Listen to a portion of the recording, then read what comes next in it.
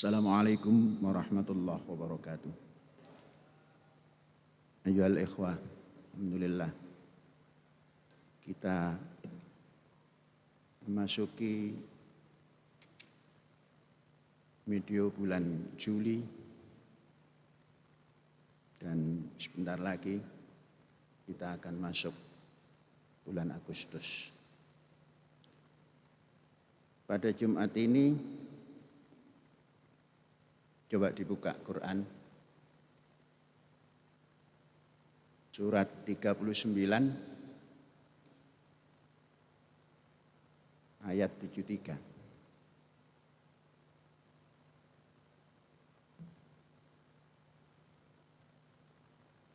Surat 39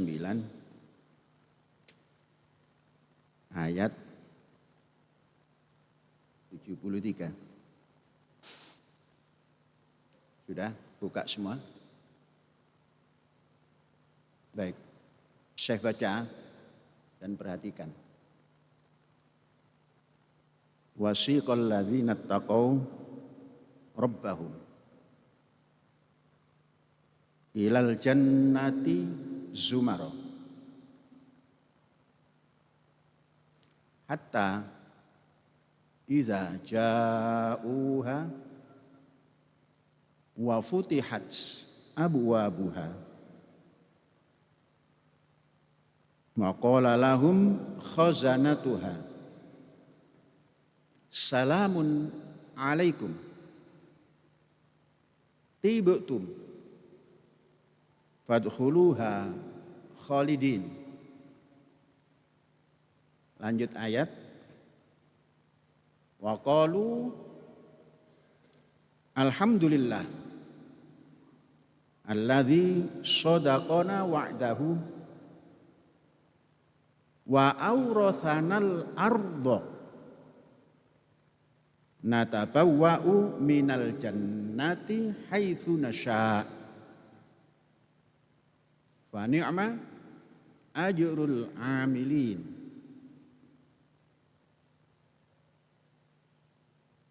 Anak-anakku, para santri dan saudara-saudara sekalian, selama ini kita pahami surga itu abstrak. Hanya akan bisa diketahui pada saat tertentu yang kita tidak bisa membayangkannya. Sampai ada mengatakan mala ainun ro'at, sesuatu yang mata tidak bisa memandang, wala udhunun sami'at, dan sesuatu yang telinga tidak bisa mendengar. Nah, itu membayangkan surga, sesuatu mata tidak bisa melihat, telinga tidak bisa mendengarkannya. Wa ma khatara biqalbil bashar, dan tidak bisa dibayangkan dengan hati manusia. Kalau begitu menyimpulkannya, maka surga itu menjadi bukan abstrak lagi, lebih abstrak kalau itu diterjemahkannya seperti itu. Nah, mari kita menerjemahkan atau memahami Al-Quran ini dengan bahasa Quran. Coba kita bayangkan. Wasiqal ladzina taqaw ilal jannati zumara. Orang yang punya ketakwaan,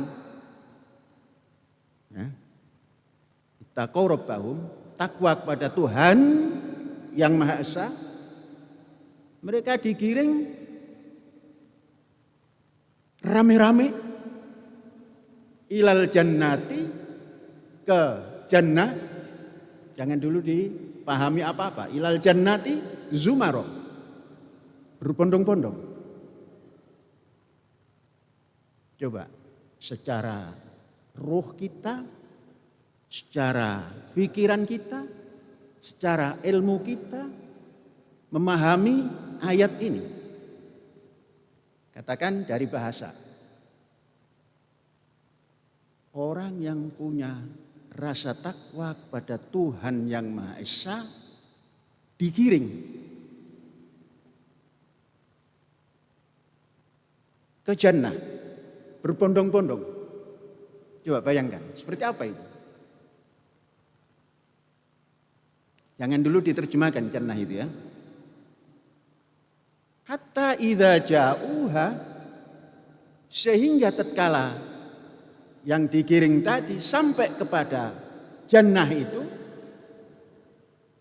wa futihat abwabuha, dan dibukakan pintu jannah itu, wa qala lahum khazanatuha, penjaganya mengungkapkan kata salamun alaikum, damai sejahtera untukmu, tibtum, berbaik-baiklah Anda semua di situ, fadkhuluha khalidin, masuklah ke situ, ke jannah itu abadi.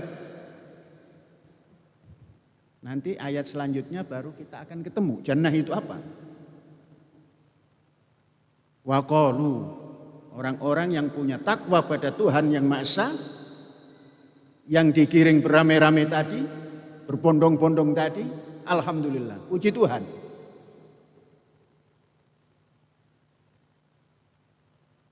Puji Tuhan, alhamdulillah. Alladzi shadaqana wa'dahu, yang telah menepati apa janjinya kepada kita.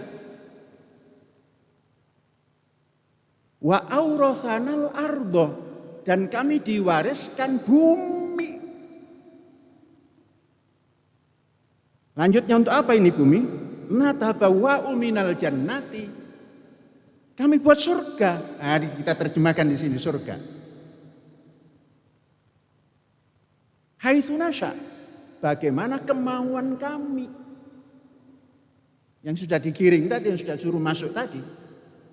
Fa ni'ma ajrul amilin, memang begitu indahnya orang yang mau kerja. Nah, mari kita, Quran ini kan untuk petunjuk hidup. Jangan sampai kita membicarakan surga, Al-Quran membicarakan surga, tapi kita tidak tahu surga. Siapa orang-orang yang ittaqaw rabbahum itu? Itu orang yang punya gagasan sampai berani mengungkapkan saya bertakwa pada Tuhan yang Maha Esa. Jangan lingkup besar, mari lingkup kita yang punya negara tanah air ini.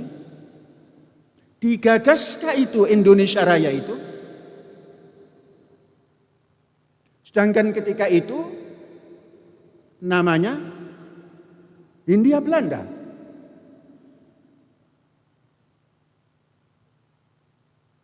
Siapa penggagasnya? Ternyata penggagasnya pemuda-pemuda yang berilmu. Ini nanti memang agak panjang supaya mengerti surga atau jannah itu real. Mengapa dengan ilmu? Kita membaca sejarah.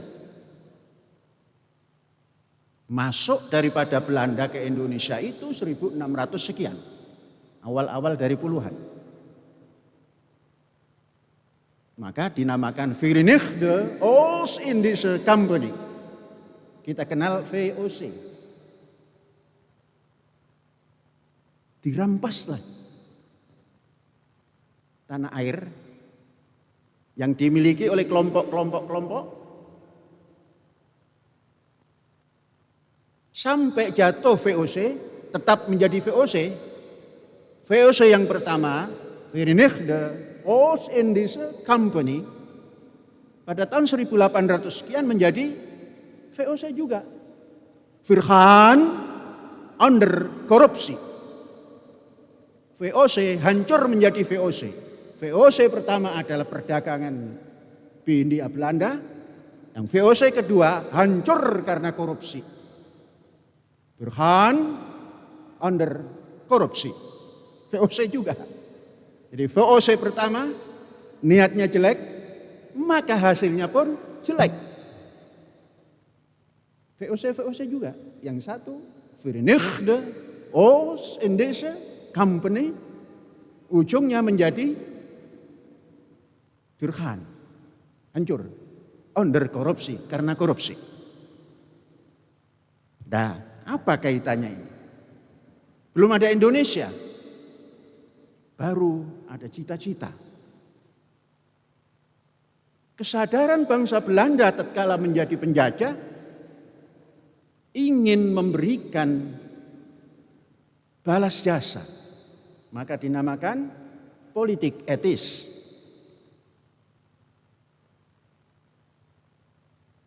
Anak muda Indonesia dididik. Betapa cepatnya Indonesia, anak Indonesia ini menyerap ilmu pengetahuan. Belanda memberikan pendidikan bukan keagamaan. Karena ingin supaya inlander ini bisa membantunya dididik masalah pemerintahan dalam negeri, dididik hukum, dididik kedokteran, dididik keinsinyuran. Namun pemuda Indonesia ini punya gagasan. Kenapa ini negeriku, negeri nenek moyangku, kok menjadi Hindia Belanda? Belanda non jauh di sana. Jangan membayangkan hari ini. Dulu itu filosofi orang Indonesia, dunia tidak sedaun kelor. Tidak terlalu lama berubah, tetap kelor juga. Dunia tidak,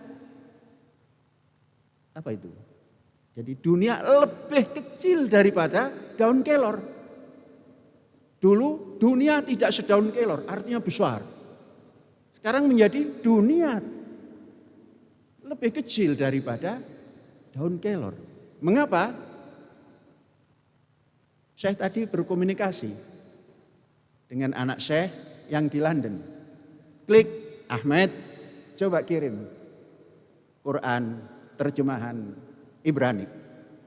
Langsung dikirim. Serahkan ke Pak Halim supaya dicetak. Tuh, cepat kan? Berarti satu klik. Nah, datanglah Quran terjemahan Ibrani. Karena Inggris sudah ada, Arab ke Arab sudah ada, nah sekarang Ibrani. Lengkaplah. Apa kaitan dengan ini? Saudara-saudara, orang yang beriman tadi menyerap ilmu yang diberikan oleh Belanda. Kemudian bergagasan. Kalau nanti kita tamat ini menjadi pegawai Belanda yang menjajah itu, sirnalah gagasan kita. Maka menemukan Indos Nesos. Konon yang mengatakan itu adalah orang dari Jerman. Kemudian digagas lagi, lebih bagus Indonesia.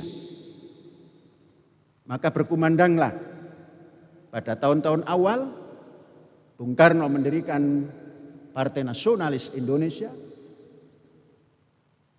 Juga orang-orang dari paham komunis mendirikan Partai Komunis Indonesia.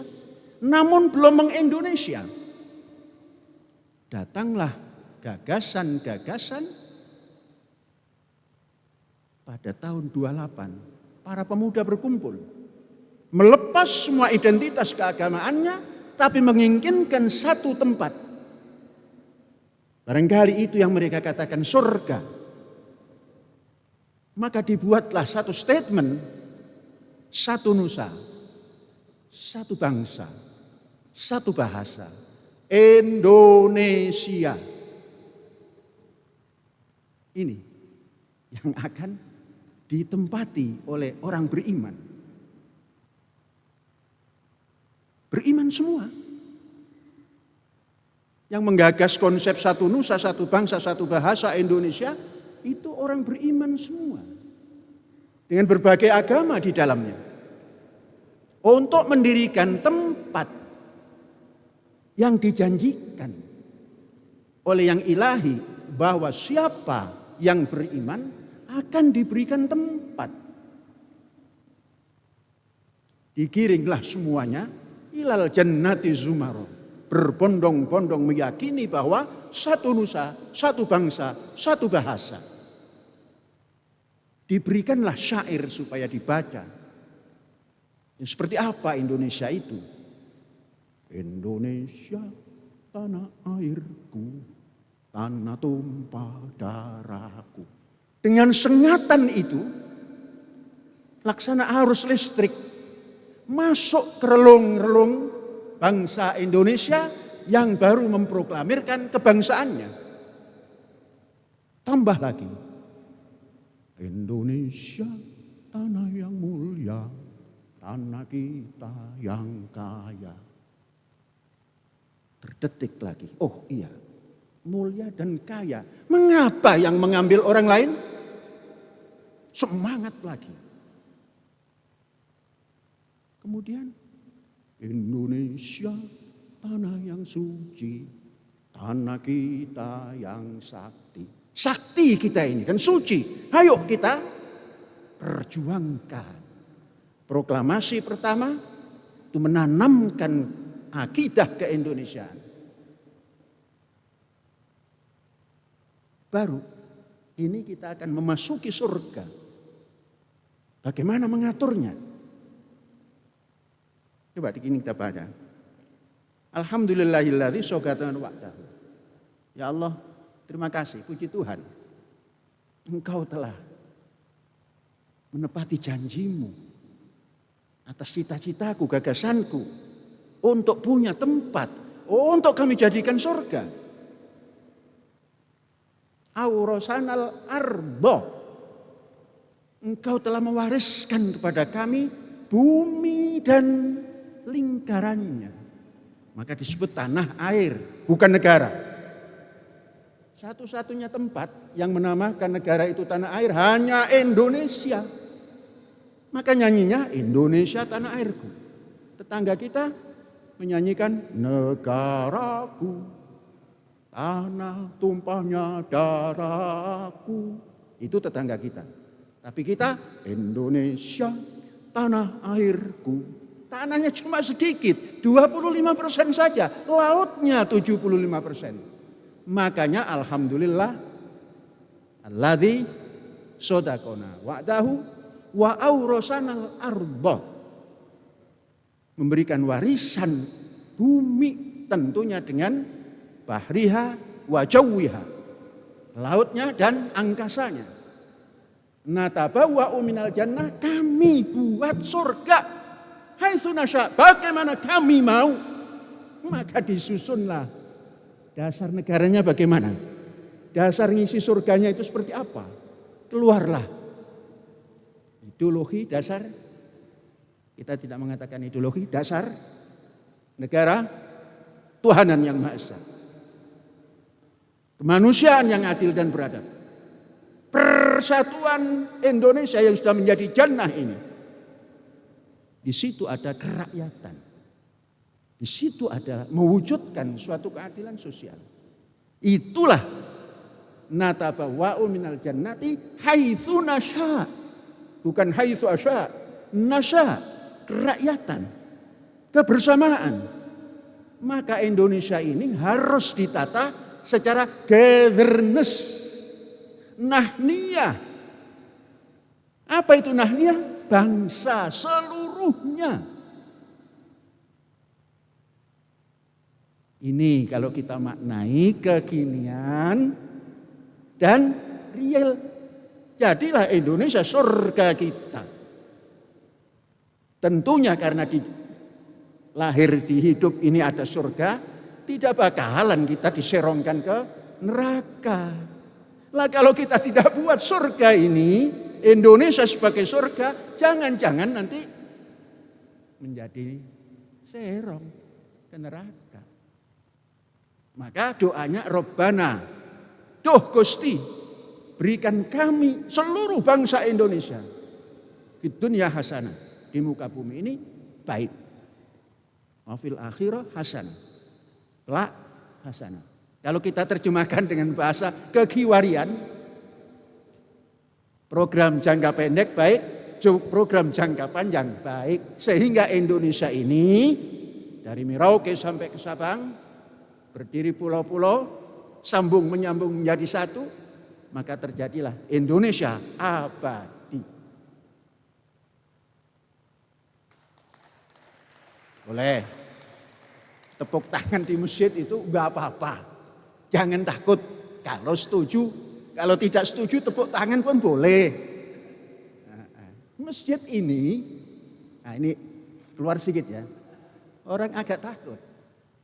Coba, apa masjid itu? La masjidun ussisa alat taqwa. Masjid ini didirikan hanya untuk bertakwa kepada Tuhan yang Maha Esa. Fihi rijal. Di dalamnya ada patriot. Yuhibbun ayatatoharu. Yang selalu ingin bersih. Bersih roh, bersih fikir, bersih ilmu. Kita lanjutkan lagi. Bangsa Indonesia sudah punya surga yang baik. Maka kita tata Indonesia ini, ikuti apa yang ada di dasarnya itu. Ikuti perkembangan dari dasar itu menjadi undang-undang dasar. Undang-undang dasar itu tidak permanen. Suatu saat kalau kira-kira ini kok nyeleweng, daripada kerakyatan yang dipimpin oleh hikmat kebijaksanaan, duduklah wakil-wakil kita, ini kok agak nyeleweng ya. Kok teori ekonomi akan dibuat satu kurikulum yang namanya ekonomi syariah dari perguruan tinggi sampai sekolah dasar. Nah, nanti Dewan Perwakilan Rakyat dan Majelis Permusyawaratan Rakyat, loh, ini kan kerakyatan yang dipimpin oleh hikmat kebijaksanaan. Lama ngapa ekonominya kok ekonomi syariat? Syariat siapa? Kan bertanya nanti. Tidak mungkin itu syariat Abu Jahal, tidak mungkin. Keluarlah syariat dengan identitas. Bubrah. Kalau kerakyatan yang dipimpin hikmat kebijaksanaan, konsep ekonomi Indonesia, ekonomi kerakyatan yang dijabarkan dengan kooperasi. Yang intinya siapa yang kaya harus tampil secara perwira. Siapa yang miskin jangan arogan untuk menggarong. Nah, itu konsep ekonomi kerakyatan. Politiknya juga begitu. Nah, kalau terlalu bebas namun tidak aktif, bagaimana itu? Bebas aktif itu ada, tapi kalau politik menata negara ini jangan bebas tidak aktif. Nah, itu politik. Kita ini lembaga karismatik, tapi gagasannya bisa nerobos. Nah, sudah itu saja kan? Maka kita memilih untuk menerjemahkan surga supaya abadi itu lembaga pendidikan. Karena bangsa Indonesia oleh founding father atau founding parent, Indonesia ke depan harus tampil dengan berdikari. Asik ini. Pendidikan pun bisa berdikari. Kita buatlah konsep-konsep ekonomi, pendidikan ekonomi. Nah, kalau memang dilaksanakan oleh negara, ya ikut manajemen negara. Karena ini swasta. Ya manajemen swasta supaya bisa jalan langgeng, kemudian tidak kekurangan pembiayaan. Maka mandiri dan berdikari. Buat masjid seperti ini sendiri. Dari yang tidak bisa mengelas, bisa mengelas. Setelah bisa mengelas, dipanggil juru uji. Benar nggak ngelas begini? Benar, teruskan. Kalau kita menunggu orang asing untuk membuat seperti ini, asing lagi yang menguntungkan. yang diuntungkan. Mandiri. Dana mandiri. Saudara-saudara, orang mandiri dan orang berdikari itu banyak rongrongannya. Saudara tahu, pasti tahulah. Rekening kita diblokir.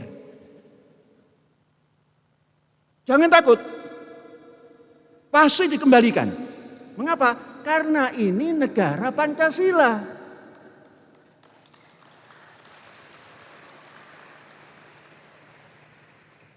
Mungkin kalau negara rampas-merampas, rampasannya dibagi-bagi, itu bisa jadi. Tapi ini negara Pancasila, Mas. Indonesia Raya, Mas. Untuk mendidik kok diblokir. Pikiran yang sehat itu mesti pelan-pelan diumumkan oleh lembaga yang mestinya melindungi. Saudara jangan takut, saya bertanggung jawab. Jangan pernah takut. Kalian bisa makan. Saya punya cara.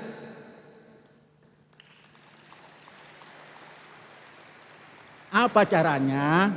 Gampang. Seorang pendidik itu nggak harus arogan. Mas, ngono ya ngono, ning ojo ngono. Blokir ya blokir, ya mbok ora suwe-suwe. Buka neh to Mas. Kalau tidak ngerti bahasa Jawa, begitu ya begitu, tapi jangan lama-lama. Di sini menunggu. Katanya harus mendapat upah. Lah guru kan harus diberikan bukan upah. Ustaz, bukan upah, ustazah. Honor. Honor itu penghormatan. Saya tidak mau nanti ustadz ustazah ini terus membuat petisi, nggak perlu, saya saja.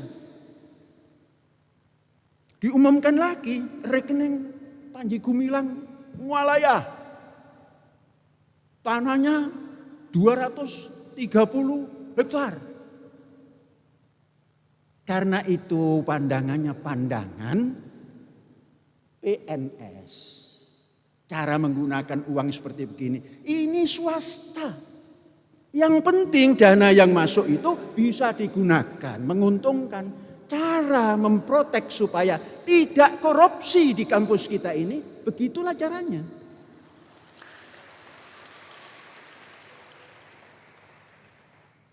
Triliunan, tapi tidak ada korupsi. Kalau di PNS sana, kita sudah tentram habis Sambo, selesai. Terus ada lagi selesai. Bludak. 8 sekian triliun. Katanya, baru katanya kan, dikorupsi. Kalau kita bikin kapal 8 triliun itu, waduh seluruh ZEE diisi oleh kapal kita.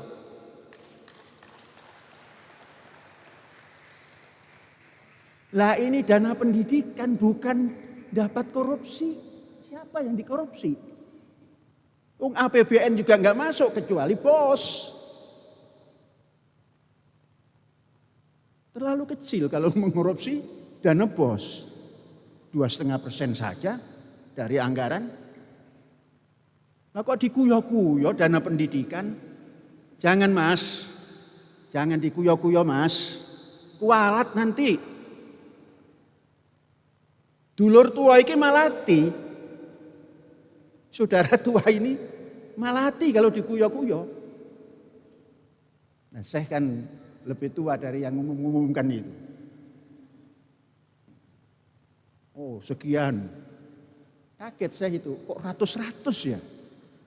Rekening saya itu kok ratus-ratus. Padahal satu pun saya nggak memegang rekening. Apalagi itu yang namanya klik terus keluar uang itu apa itu? ATM. Sampai nggak kenal namanya juga. Orang tidak tahu ada rumah di pinggir selatan Jakarta, rumah Panji Gumilang. Sekian ribu meter. Gak tahu. bahwa itu adalah rumah guest house Az-Zaitun. Karena mereka tidak tanya kemari, terus mengumbar omongan, mangka surah kalamuhu kasura afatuhu. Sapa wonge kang koken ngomong iku ana wae salahe. Saudara mendengar enggak cerita? Dikagetkan kita. 349 triliun Departemen Keuangan. Kita yang enggak tahu keuangan negara jadi apa iya? Selesai dengan sendirinya. Yang begini-begini itu loh jangan ada di Indonesia itu. Az-Zaitun hanya cerita begini, sumber katanya. Yang sana menggegerkan bukan sumber. Jangan pilih kasih. Ini pendidikan swasta. Untuk apa kita mendidik ini? Untuk Indonesia Raya. Lah mbok aja dikuyo-kuyo to, Mas. Nek pengen takon. Diundang ke Bareskrim tidak pernah ngeles, datang. Maka di sini diperlukan. Kalau sudah mengeluarkan angel, jangan dilepas patok ini.